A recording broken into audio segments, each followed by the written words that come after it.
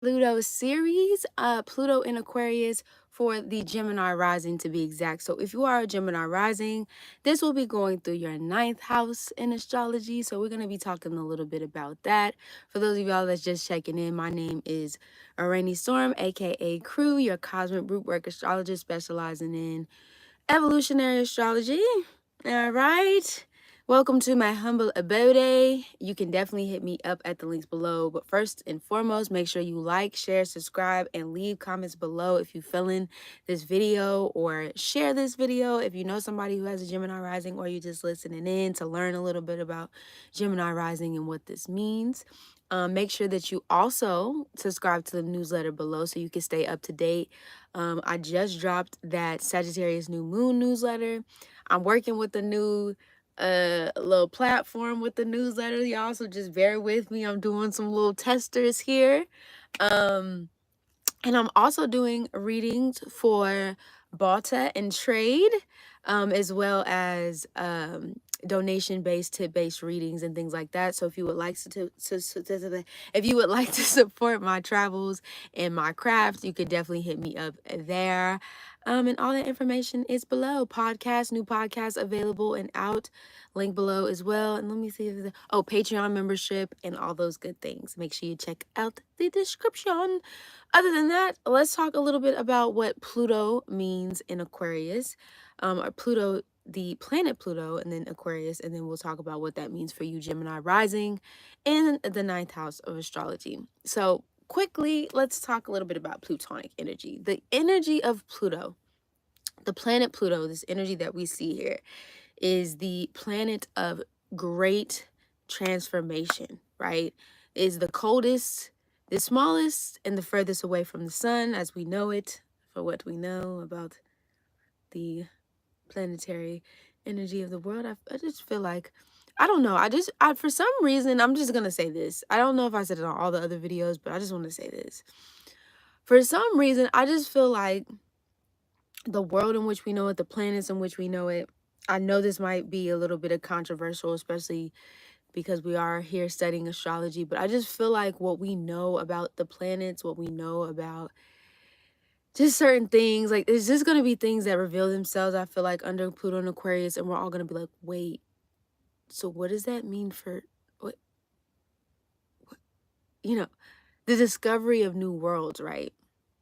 We'll talk about that in a different video. I don't want to throw y'all out because you're like, Gemini's like, wait. But I mean, as Gemini rising, you get it, okay? Gemini Mars here. So sometimes, I'm like, wait, but what about this? What about that? I don't know. Let's talk about it. Anyway, so Pluto wants to transform, right? It digs up all the nitty gritty beneath the surface and it pulls it up. It's like the phoenix rising through the ashes here. Its rulership is definitely, we talk about this, ruling over Scorpio, this energy here. And so we see this platonic energy that knows how to go deep. It knows how to penetrate. It knows how to get to the bottom of things, right? Sometimes can become a little bit obsessive in a way, in this platonic energy here. And it reveals as well the true intentions of the people around you, the situations around you, for better or for worse. Okay, you can see this platonic energy come in. I just seen this video, actually, Gemini rising, I promise you'll understand if I was on the Aries rising video, you'd be like, Aries would be like, come on, what are we doing? Gemini rising, on the other hand, I saw this video, this girl, she was recording on TikTok, and she had this tornado, no Frank Ocean, that literally hit her room, like blew out her windows, hit her room. You know what I'm saying? Like, it was, and, people was making the Frank Ocean jokes and stuff like that, or a tornado flew around my room, all this other type of stuff. But when I just think about this energy of Pluto and just how symbolic the energy of Pluto is, of like being this great transformer, it can show you through more ways than one of how and which in ways you need to transform. And for you, we're having this transformational experience in your ninth house, where Sagittarius is home to. This is where we talk about like philosophy, religion, our belief system. It doesn't necessarily have to be our religious belief system. This can be like our hardcore beliefs. This is where we, have our experiences in life, in the world. Third house is more neighborhood, like around your, the neighborhood and things that you grew up. I feel like ninth house, it doesn't necessarily have to be always foreign travel, but it's the ways in which you experience the world around you. When you go off out of your comfort zone. The ninth house is where you see the Sag energy. It's like, we're going in this direction. Let's do it. I want to learn. I want to know. I'm going, right? This is where you develop your philosophies. This is where your field of study is also here, located here. Foreign trade, foreign currency, all of this stuff resides in this house. When we have Aquarius here, this is an unconventional sign that really, I just like to think of the mad genius and the mad scientist here, right? This coming up with new ways and new and unconventional ideas of doing things and going about things. And so when we have Pluto here, this can be this idea of like the beliefs that you once held in that third house, the beliefs that you held, which were Leo would be, right? The beliefs that you held so tightly to in this third house could be transforming. And honestly, especially just the fixed energy being here, it can feel very uncomfortable because these are beliefs that you have held on so tightly to. These are beliefs that you have, this is like, when I grew up, this is what I know. This is what I, this is how I, for example, maybe you had like a certain religion, like you grew up in a certain religion or household and things. And all of a sudden, Pluto makes its 20-year cycle here, and you're like, I thought this is what I believed, but now I don't believe in that anymore. I kind of want to go more dominationalism, I kind of want to go a little bit more into this instead of that. Like, your whole idea of belief systems could literally undergo this under construction energy, and it can make you feel uncomfortable. Now, we would say with Gemini here, like, well, Gemini changes with the wind. Like, Gemini's like, I kind of, I can understand this and I can understand that, which I honestly believe it will give you like a good seat here, right? Especially because, I'm pretty sure it'll be making a good trine eventually to your rising sign. So it'll, y'all will be, the teamwork makes the dream work kind of energy, but rising sign is the energy that you are coming to learn. You're coming to learn, and step into, to ascend to your rising sign. So, it's not always readily available to you. So like I said, this can feel very uncomfortable, especially because these are both fixed. This is a fixed energy, an immutable house. And so, there might be some challenges, some power struggles, especially in terms of like your ideas and beliefs. You might have people that come to you or come around you that just have these different ideals and beliefs and will really challenge you to, not to say that you have to change your perspective. I'm not saying that. I'm just saying that these situations will, for better or for worse, they will change the ways in which you really, I would say, the ways in which you really understand and grow to know what it is that your beliefs will change. Even if it's just something slight, you'll be like, it's something I promise you, by the end of that 20-year cycle, you will be in question of. You'll be like, yeah, for all the stuff that I went through these past 20 years, yeah, I'm just questioning it all. Maybe you had a fixed belief in the system, of government, right? And you're like, well, the government is supposed to be this, this, and this. And then after the 20-year cycle, you like, yeah, seasons is clipped for y'all. It's up for me. Like, I'm good. Like, let's talk about something different now. Let's talk about the revolution now, right? Okay, moving on. So you could also be really diving into some type of study of some sort. Now, I will say, because this is the energy of Aquarius, these are all things that have to do with this mental direxity. I think I'm saying that. Like you'll be expanding your mental capacity in a way. You'll be stretching your mental capabilities in a way that you have never seen. You thought, Gemini can kind of say it's very intelligent, very intellectual. It has like the facts here, facts there, things like that. But you'll notice that when Pluto goes through this particular house, you will start to expand your mental capacities in a way that you never really knew that you could, never really understood that you could. You'll be able to, retain information better than how you probably were able to previously. Like I said, you know a lot. You're very intelligent, highly intelligent, but maybe like information can elude you, and this is all generalizations. Once again, you have to check the whole chart. But with Gemini here, it can be easy for the information to like come and go, like the wind, mutable air. It's just like it's coming, it's going, it's here, it's there, it's all, you know what I'm saying? So this is some of the energy that can definitely be experienced here. Now, we'll say, Pluto here, sometimes, like I said, we could talk about these power struggles here, right? I would say, if we want to talk about the bewaring of, right? You might just want to beware of guru, right? Because the ninth house, we could talk about this guru or teacher energy. Especially with the stuff that's going to be, is happening and going on in the world. You probably just going to want to just be careful with the teachers, not all of them. Like I said, every Pluto, anywhere Pluto is, there's going to be a you know, be discerning of the teachers that come into your life. Be discerning of the teachers that come into your world. Be discerning of the types of people that come into your life when it comes to the ways in which you are learning information.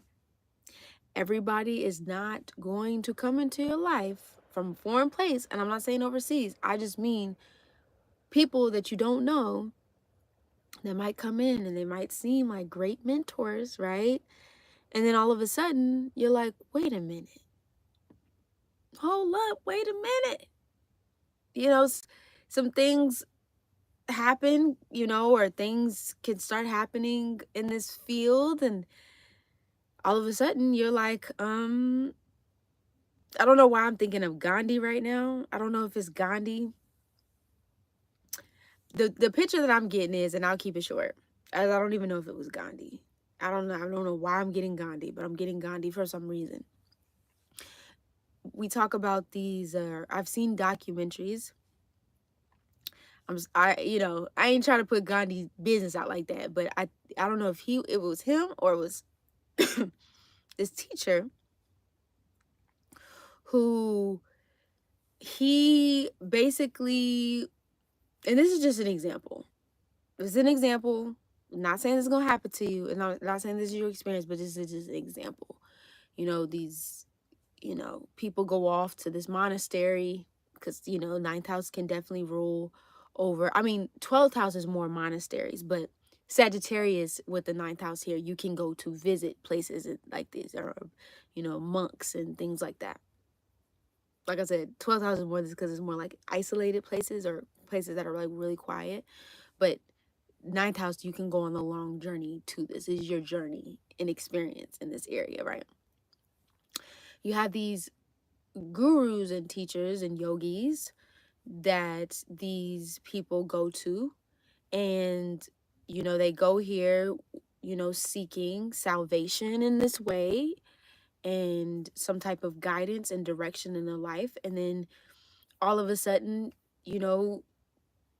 they come out and they're like, yeah, and during this process I was also taken advantage of in these ways. Like I had to sleep, I was sleeping, I had to sleep with the person so like, just beware of these kind of experiences. If it feels off, it probably because it is. Okay, so I just want you to discern your teachers, right?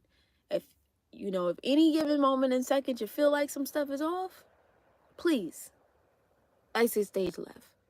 But if you don't feel like those things are, That's all I'm saying. Just be discerning of like the types of teachers. But also in the same breath and also in the same token, you can run into some very powerful teachers, some very powerful mentors, and also too some very powerful ancestors, and also some very powerful like grandparents, or they don't even have to be your grandparents specifically. I don't know, we kind of talk about Jupiter here, but since it's Sagittarius and you know Jupiter's ruled by Sagittarius, you know, just some elders, like people who can like just bestow some very powerful wisdom on you that literally changes your entire life. Oh, also too, you just want to make sure with this, you just want to make sure that you are, your belief system and the ways in which you've held on tightly to some of the belief systems that you have, you could be holding on to them so tightly that these power struggles that I was talking about at the beginning, you could be battling bro for bro about these beliefs. You could be going in about these beliefs, these certain belief systems that you have, to the point where it can get, okay? I just want you to keep that in mind, Gemini rising, with this energy. Keep in mind that just because, like I said, Gemini is pretty cool about this energy, but also can argue somebody down with this. There's going to be people that have very strong, just as you do, they have very strong and powerful beliefs, and you just want to, I'll just say this. It's not to say that you cannot debate your opinion, but try not to project your own beliefs and opinions onto anybody else, because you would not want somebody to do the same to you. And I think universally with Aquarius energy, this can happen, especially when you have such a strong, I know Aquarius is more, you know, it can think one way, Uranian too, not just Saturnian. So it can think one way, one man, one think, you know, another thing, a whole nother complete different minute. But when you believe it, you believe it. So it's like, if y'all don't believe the rest of this shit, you know, it could get kind of culty here. You know, it's like, if y'all don't believe in this, everybody needs to believe what I believe, you know, and even if you're not outright saying those things, it could come off that way. So just mind yourself, especially when you feel like you're just getting yourself hot, a little hot there, you know, in these debates, you know, about the world and the universe, and, you know, speaking about your unconventional ideas and thoughts. And, you know, you just gotta, you know, when you feel yourself doing that, you can communicate that, but communicate it in a way that is being heard. And when I mean that, I'm not saying that everybody's going to listen, but I mean in a way that you know that you are heard. Okay? You know that you are heard. I said what I said. I said what I said respectfully. And if those people or people don't agree, that's okay. That's fine. You know, all you could do is be a guiding light, and however way, shape, or form that is for you, and people will follow suit. Because you're definitely going to be called, especially if it's in a foreign place, if you're traveling to a foreign place, because you could end up traveling literally to a completely different place, completely different country, completely different place that you've never been. You could actually end up moving to a completely different place as well. You could just find yourself in a space where you're like, okay, okay, okay. I want to go bro for bro, but I'm not. I want to go bro for bro, but I'm not. Okay. Embracing your unique ideas, new ways of thinking and being. You could find that your thoughts as well, you know, we want you to still express. That's what I'm saying. Do not feel like you have to isolate yourself, your ideas and your thoughts. They're going to want to come out, and they're going to, especially with Pluto here, they're going to have to come out someplace, somewhere. Okay. But we just want to make sure that that is constructive and not destructive. Okay. So that's a little bit of what I have for Gemini rising. Y'all already know what it is. It's a rainy storm, checking in, checking out without a doubt. Make sure y'all check all those links below. Okay, if you want to book a personal reading with me, like I said already, we're going to go for that barter and trade, 2 ping pow pow. Okay, and also, you know, donations and tips are encouraged for the girls' craft and travels. But other than that, I will see y'all in the next one as we go into Taurus rising and Pluto being in that 10th house. All right. Okay. Zeus.